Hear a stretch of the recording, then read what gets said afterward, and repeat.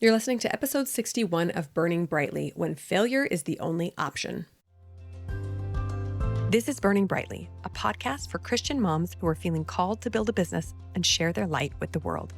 I'm Bonnie Wiscombe, a life coach, mom, and entrepreneur, and I'm honored to be your guide as you face this business building adventure full of highs, lows, and everything in between. This is where we help each other find the courage to shine.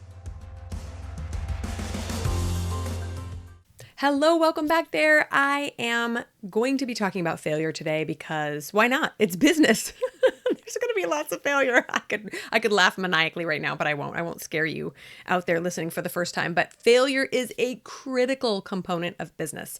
It's so important to understand when it's going to happen, what it's going to look like, what we're going to do about it, how we're going to respond to failure, and to talk a little bit about maybe how we want to reframe failure so that it doesn't kick us so hard when we're down.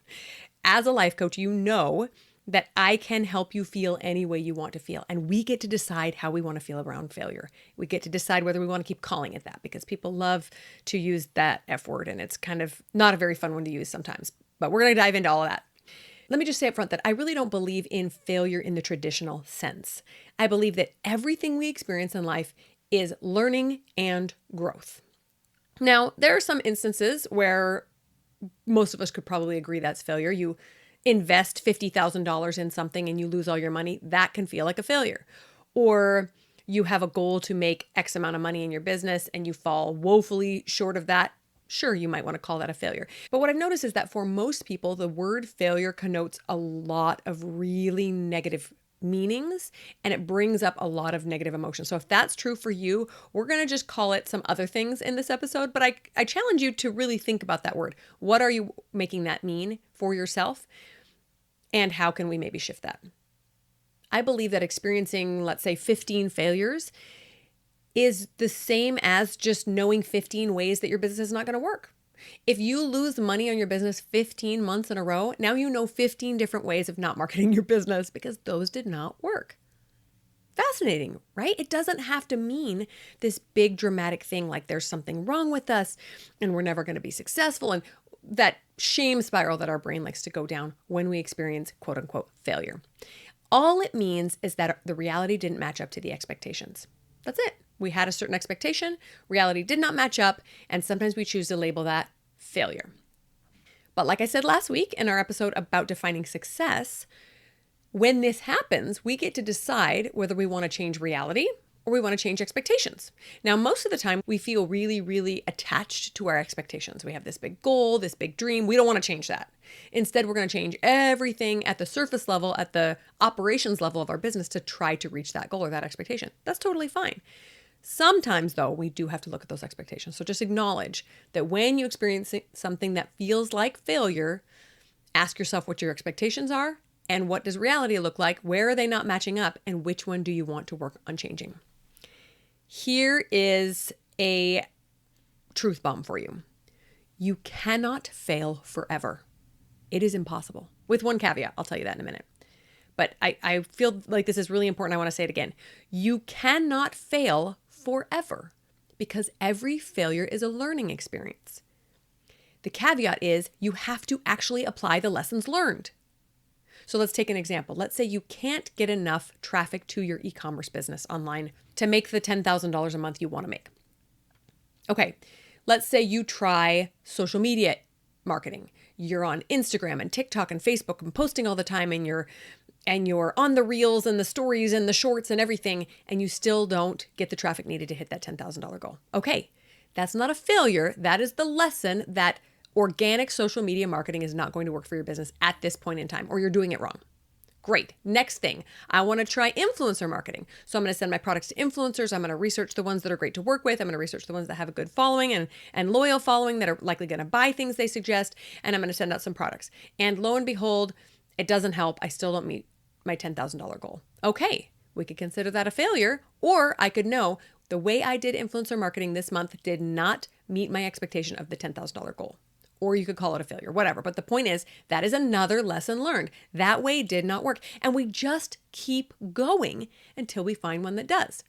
Now, side note, in this example, $10,000 a month might be the wrong goal for you. Maybe a better option at this stage in your business is to pick a $1,000 revenue goal, or maybe a $5,000 revenue goal. So pay attention that sometimes it's not just reality. Sometimes our goals or our expectations are just too high, or they're unrealistic for the tools and the resources that we have right now.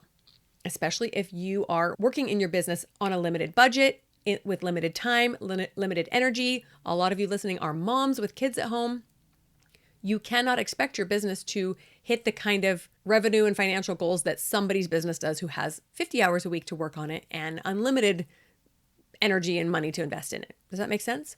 So take a look at that reality, take a look at those expectations, decide which one you want to change, and then acknowledge that every time something doesn't work to get you closer to those expectations, that's just a lesson learned. So are you going to apply the lessons learned? Or are you just going to keep doing the same thing over and over and then cry into your pillow and declare yourself a failure? No, we don't want to do that. So just pay attention. Now, this brings up a really important point, and that is that business is a mathematical equation. It is not personal. I have to talk about this incessantly with women, and I think I need to do a whole episode about it. Because we women, because we're such emotional, nurturing creatures, when we have a quote unquote failure or someone rejects us when it comes to our business, we love to take it personally. We have to stop doing that, because when we take it personally, then we do feel like a failure. We feel like not only is our business a failure, we're a failure, and we just spiral. It's a terrible thing. We don't want to deal with that. Instead, we have to remember that our business is not us.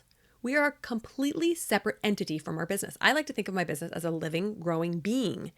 And sometimes it's thriving, and sometimes it's a little bit starved for attention or investment.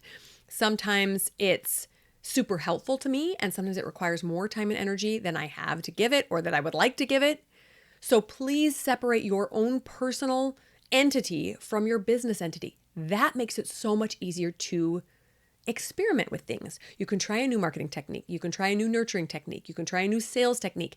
You can try new products. You can try new offerings, new courses, new whatever, and not have it mean anything about you. Now, admittedly, this is a lot easier to do when your face is not the face of the brand. So if you're a coach, this is a little bit harder to do because your face is probably plastered all over the website. You're offering your time, energy, and brain power as the offer, right? As the thing that you're selling. So that's a little bit harder versus a faceless brand that's just selling on Amazon, maybe candles or something that you buy wholesale. That feels a little bit easier to experiment with and take the failures like no big deal. So just be aware of that. If your face or your name is your brand, that might be a little bit harder to separate. It's still separate though. I promise you, it's still separate. So you can't fail forever, but you have to apply the lessons you are learning through each of these quote unquote failures. So ask yourself, what do I consider a failure at this point? Let's say you've got the problem that your business isn't bringing in sales. That's usually most people's problem when they feel like their business is a failure. And you're trying all the things. You've tried ads and you've tried influencers and you've tried changing your copy and your images and you've tested this and that, and it still doesn't work. Well, then we get to look at that reality and those expectations. Do I want to keep trying to reach those expectations?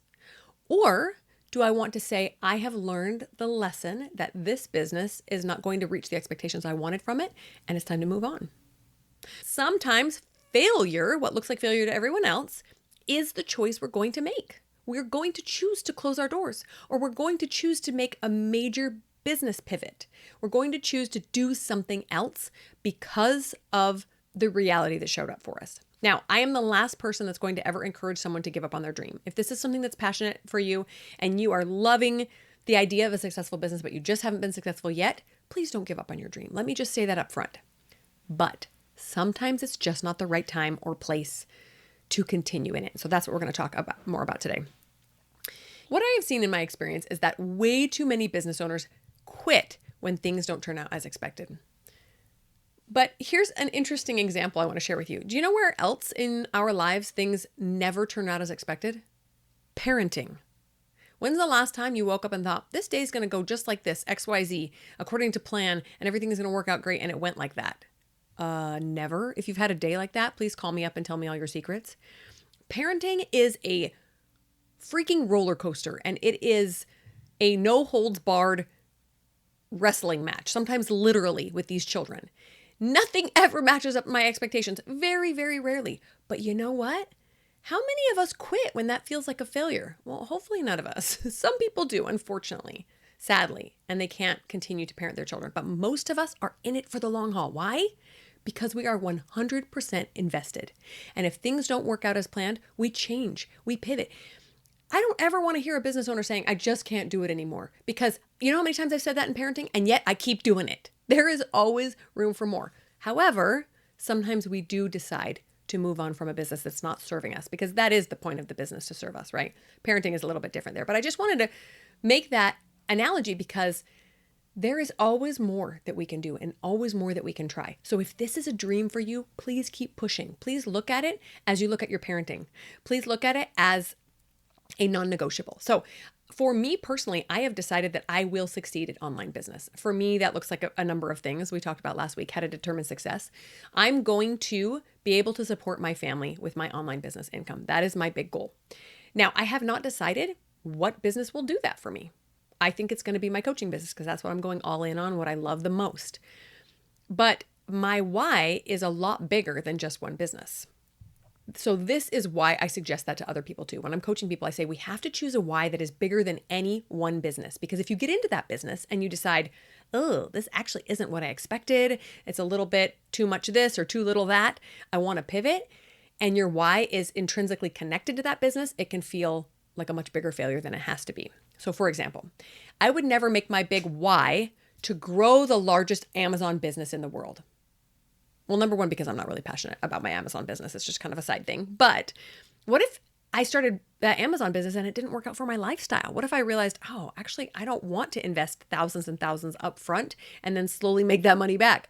Or I don't want to have to ship overseas. Maybe I couldn't find a manufacturer that worked in the States and I'm not willing to do things foreign. Or maybe any number of things could turn me off from that business model. But if my why is built into it, then quitting it makes me feel like, gosh, I just gave up on my dream. What if I wasn't willing to do the things necessary for that business? In the end, the business has to serve us. That's the point. So instead, I decided years ago that my why for my online businesses was going to be to help as many moms as possible find joy. That is a huge why for me, and I feel like I can come at it from a million different ways. And side note, I have tried many different things. Primarily right now, I'm doing it through helping moms build businesses, but I can do it so many other ways as well. First, I started with a blog with parenting advice, with some DIY tutorials. I had sewing tutorials and patterns that also help moms find joy. I had a parenting podcast for a long time. I have a clothing shop. I have a product on Amazon, but all of these things feed into that greater why of helping moms be more joyful. So have you chosen an overarching why for your business? And would it still stand if you needed to pivot in this business, if you decided to change everything or scrap it and move on to something else? I am now continuing this mission of helping moms find joy through my coaching business, and I'm teaching them how to build businesses. And I love that. And I'm noticing that I love this business more than I've ever loved any of the others, but I never would have found it if my why had been narrower and I would have stuck to one of my other pursuits. So make sure your why is bigger than any one business and is bigger than a year or two of bad sales, because you might have to confront that. So what is your why? And ask yourself, if your first attempt at business or your second or your third or your 12th attempt at business does not work according to your expectations, then what? What are you going to do next? Will you continue to grow that business? Will you throw in the towel? When is the time to do that? What will you make that mean? Will you pivot it to something else? Will you sell it to someone? Will you scrap it and start something in a completely different industry? Make a plan. Because again, pivoting or quitting your business does not mean you're quitting on life. It doesn't mean that there's anything wrong with you. It could just mean that this is not the time or place to continue with it. What will we do next? And how will we further that why in this new industry? Okay, so we're going to walk through all these questions I just gave you and give you some tactical ways of answering them for yourself. Number one, I want everyone to commit. I mean, you don't have to, I'm not your mom, but I'm going to suggest that everyone listening to this, give yourself a bare minimum time frame to stick out your business. And this is not going to be a small time frame. I recommend 2 to 3 years. Nobody is a success in the first year. And if they are, it's a fluke, generally. I mean, there are some people that just nail it right out the gate, but they're usually graduates of Harvard Business School or something, and they have $500,000 to invest in their business. It's not usually the mom that's just trying something on the side while parenting her kids, because we have so much more we have to learn and grow. So if your business is not making tens of thousands of dollars in the first year, welcome to the club. There is nothing wrong with you. This is how business goes, especially if you are building it part-time. If you need money to invest in your business or to take care of your family before then, before those 2 or 3 years, get a job. Seriously. Or sell your crap in the garage on Facebook Marketplace. Do not expect your business to support your family in those first few years. It is a recipe for heartache and misery and frustration and unnecessary pressure on your brand new baby business. Don't do that. Instead, leave the pressure off and be willing to try all the things. Just don't try them all at the same time. Okay, there's your little warning. But be willing to try TikTok. Be willing to try YouTube. Be willing to try a podcast. I'm not saying you have to, but be willing. Be willing to try anything that could get you closer to success. Now, as a refresher, everyone's customer journey or funnel has to involve 3 steps. It has to have a way to attract people, a way to inform or nurture them, and a way to ascend the relationship or create a sale. Okay, so attract, inform, ascend. You need to be doing something in each of these areas every week. You need to be doing something to attract new people, something to inform and nurture the people that you have, so your email leads, and something to ascend the relationship and give them a reason to buy. If you're not doing something in each one of those areas, your business will not succeed. That's just the fact of the matter. This is business truth 101. This is how customers go through the journey. Now, you might be doing some of these things without even noticing them. Maybe you're posting on Facebook or you're telling all your friends. That's attracting clients that you're not even realizing what it's doing, but you have to be doing something in each of those areas. So I recommend trying one way of moving people through your funnel in each of these phases and giving it a shot for a few months. So if one isn't working, like say TikTok for attracting new clients, give it a few months and then scrap it and then move on to something else. Don't beat your head against the wall. Don't tell everybody that TikTok is crap. Don't be mad because you couldn't figure it out and somebody else could. It's just not going to work for you at this time for your business. Go do something else. Go try influencer marketing. Go try Facebook ads. Go try getting on other people's podcasts and platforms. Just try one thing in each of those areas and keep trying different things until one works. And you're going to know it works because you're going to be watching your stats, right? Every month, everybody should be looking at their numbers. Is my email list growing? Are those people sticking around? Are they opening emails? Are they clicking on emails? Are they buying? And if not, then we have to troubleshoot one of those areas. Eventually, you will find a winning combo. You will realize, oh, my winning combo is Facebook ads and email marketing and doing webinars to sell my product. Great. And you just keep doing more of that, more. But if you never figure out a winning combo, you're just going to keep spinning your wheels and never make people actually go through that funnel to buy consistently. Don't forget to learn from your mistakes, looking at what did and what didn't work. Okay, so that's number 1. Give yourself a bare minimum time frame to stick it out. Number 2, after 2 or 3 years, if things still don't look as you expected, ask yourself this: what has worked? Because sometimes we get really attached to specific things, and even if they're not working, we hold on to them with a death grip. This is Instagram for me. Instagram worked really well for me when I had a blog, and I loved being on there. Instagram has not been working so well for me lately. It's because I don't have the time to invest in it that I would like to make it really work. But I am holding onto it with a death grip because I enjoy it, because I've made friends that way, and because it has kind of a special place in my heart, and that's hard for me. So one of these days I'm probably going to just let it go because I can't keep doing something that doesn't work. I don't have the time for that, or I'll just keep doing it for personal reasons. But ask yourself, what is working? What has worked for you? Look at your business in general. Do you still love the work that you're doing, or do you hate it now? Have your customers and clients loved you? Have you had any? Is there a way you could get a few to see if what you have is even proven? And side note, we should be asking these questions throughout the first 2 and 3 years. Don't wait till the end to ask yourself this. And what is the big problem right now? Are you not selling enough? That's usually it. Or is maybe your overhead too high? Maybe you have customers and clients, but you still don't have any profit. Be very specific about what is and isn't working, because sometimes just gaining that clarity, we can acknowledge, oh, actually, I really love coaching and people love it when I coach. I just don't like the marketing part. Maybe I could be a contract coach for somebody else. Or I love the designing part of my graphic design business. I hate the customer calls. Maybe I could work with somebody else and I just do the back end design part and they get the customers for me. So is there a way you could kind of do micro pivots in your business to keep doing what you love and outsource some of the things that you don't love? That's the second step. Ask yourself what is and isn't working. Number 3, and this is probably the most important one, take it to God. Take it upstairs. If you are the kind of person who is in business for a higher purpose, then you have likely already felt God's influence and inspiration in your business journey. I know I have so many times. Is it still there? Or have you kind of run off doing your own thing and maybe not asked him what he wants in your business lately? Have you asked him about what you're feeling right now? Have you kind of poured your heart out and said, this isn't working and I don't know why, and I felt inspired to start and now I don't know where to go. What do I do next? Another question you can ask yourself is, have you tried all the ideas that have come to you? So sometimes God sends me ideas and I think, nope, I don't want to do that. I can't keep praying for help with my business if I'm not willing to do what he tells me to do. And sometimes it's uncomfortable things like talking to strangers, which I don't really love, or any number of things that feel out of your comfort zone or like something you never thought you could do. So if you're going to ask him, be willing to follow through with the answer. Tell God, this is so important to me for whatever reasons, whatever your big why is, both for you, your selfish why, and your unselfish why. Tell him all the things and then ask God what you should do next. Now, when I do this about any decision in my life, I like to make a preliminary decision first.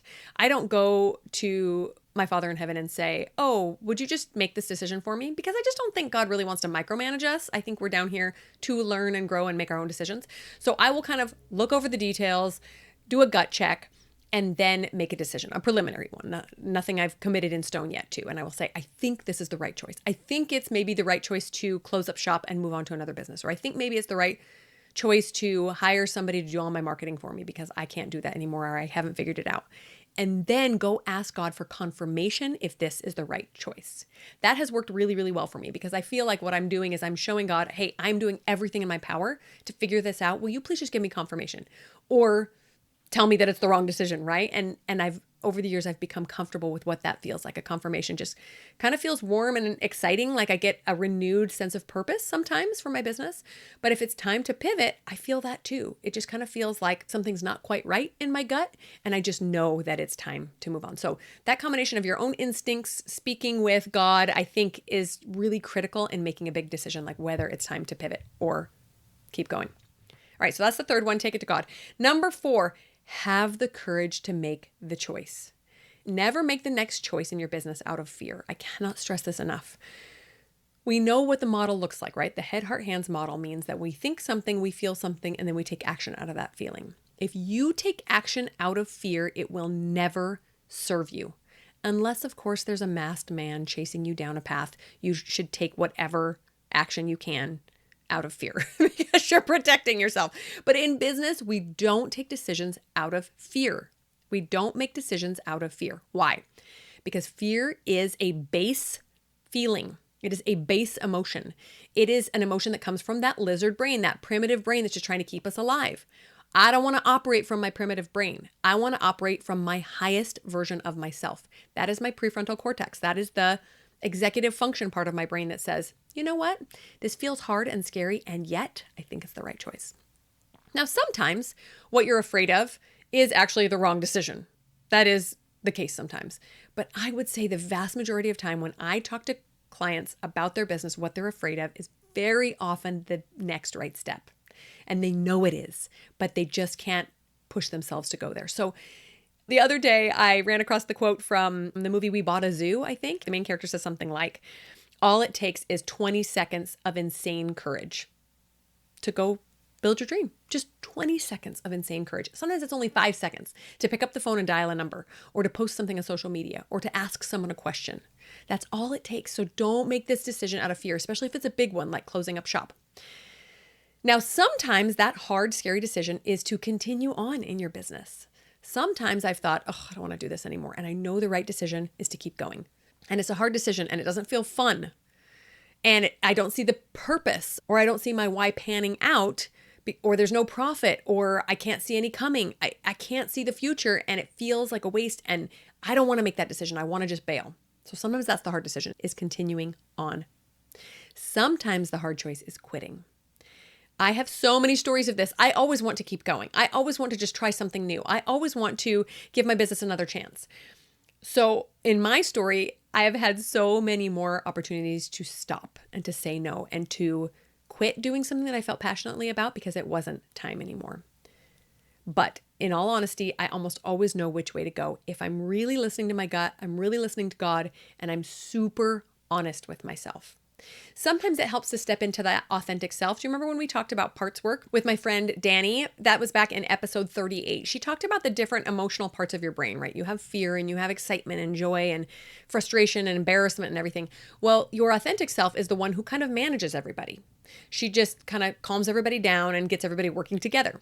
So in a situation like this where I'm really afraid of something that I know is probably the right decision, I try to step into that authentic self. And I try to acknowledge that the fear is outside of me or is a separate part of me. And I can look at the fear and go, oh, I have so much compassion for you. Fear is scary. We think that something bad is going to happen.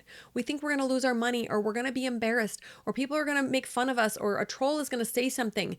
That is totally normal. And we can kind of pretend to give a little hug to the fear side of us. But that authentic self is like our future self. And she is so much braver than we are right now. And she's able to see the fear and acknowledge it and accept it and still move forward through it. If we operate from the fear, we never make the best decision for ourselves. We operate from that primitive brain. We don't want to do that.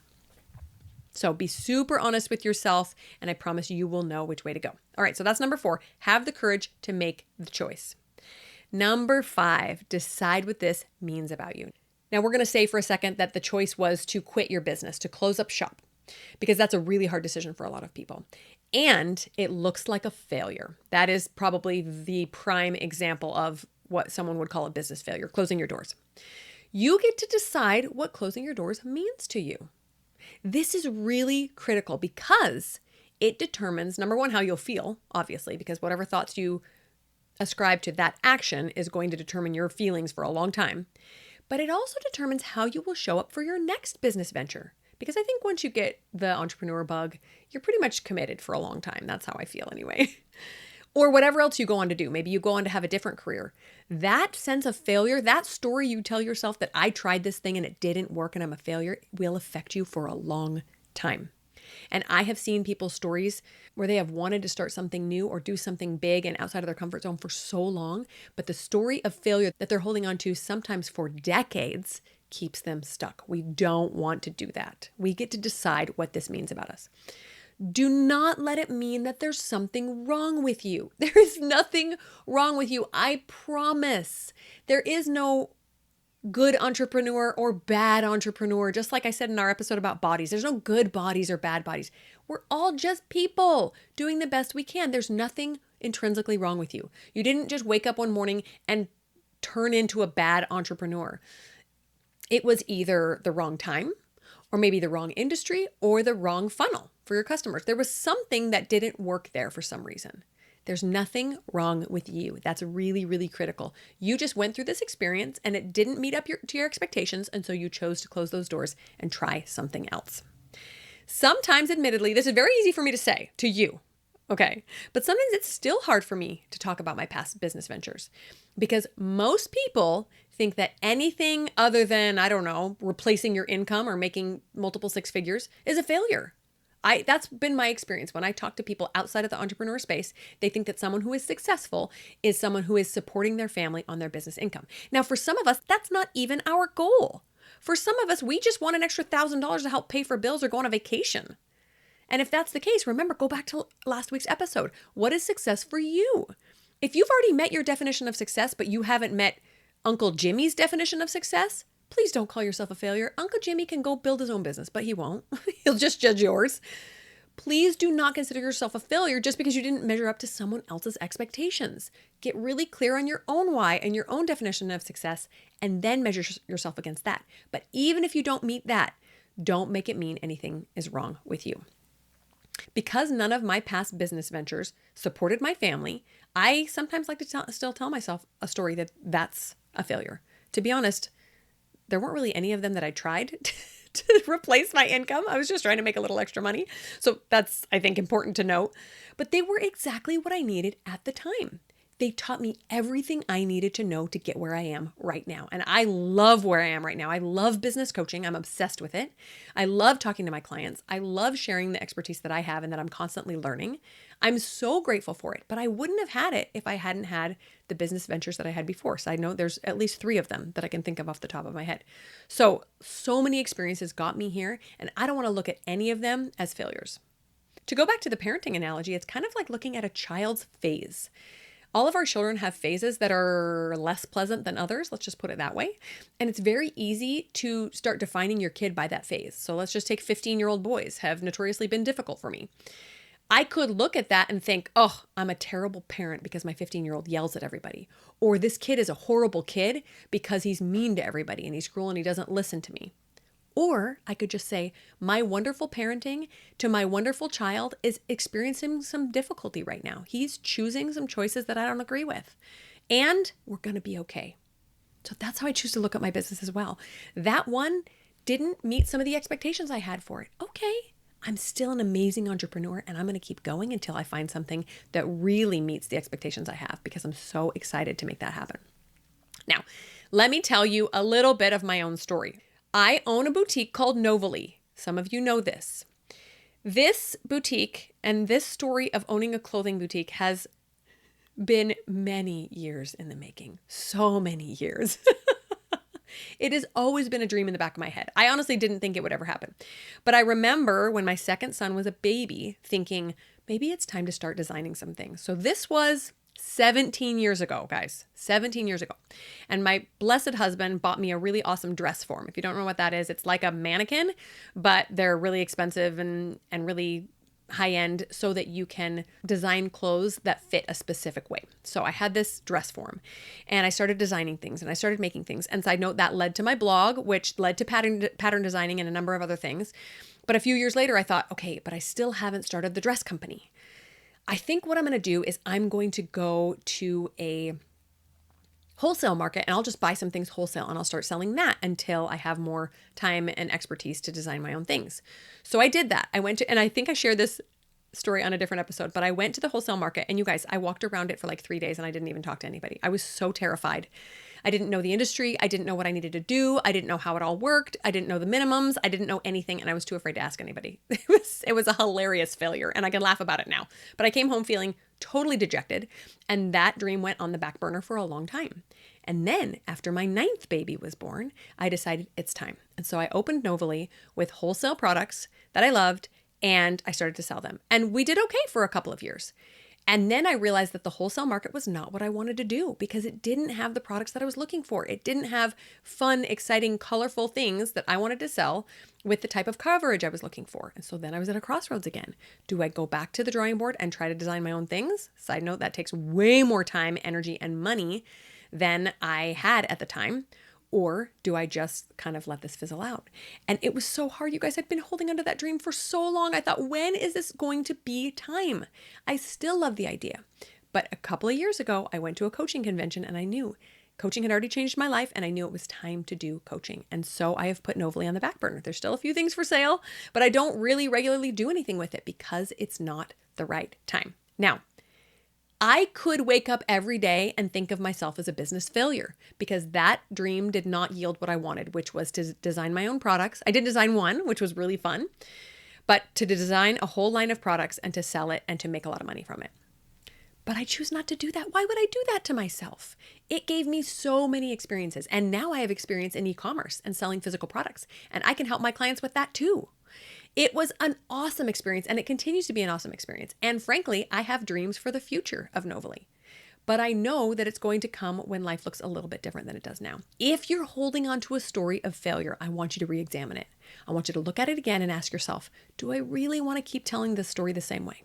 If you haven't, but you think you might have one in the future, side note, you will, we all do, decide what you're going to make that mean. Remember, God's ways are greater than our ways. There is no failure except, I would say, being passive. Don't let your life run you. Make actionable, bossy decisions in your life. You are in charge and you have to make tough calls sometimes.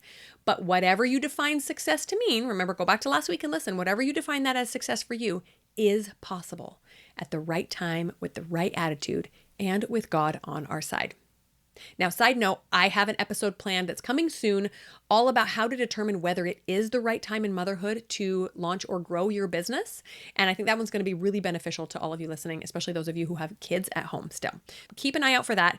But in the meantime, go reframe all your stories of failure, embrace failure. I love it now. It's so fun. I'm like, whoop, that didn't work. What are we going to try next? And decide what you're going to make it mean about you. I make it mean that I'm resilient, that I'm courageous, and that I'm going to be successful eventually, because you cannot fail forever. I love you, friends. Talk to you next week. Are you ready to start or grow your dream business? Click the link in the show notes to download the free starter guide to building a business or to schedule a free coaching call with me. And if you loved this episode, don't forget to leave a review and share it with a friend who might be feeling the call to burn a little brighter.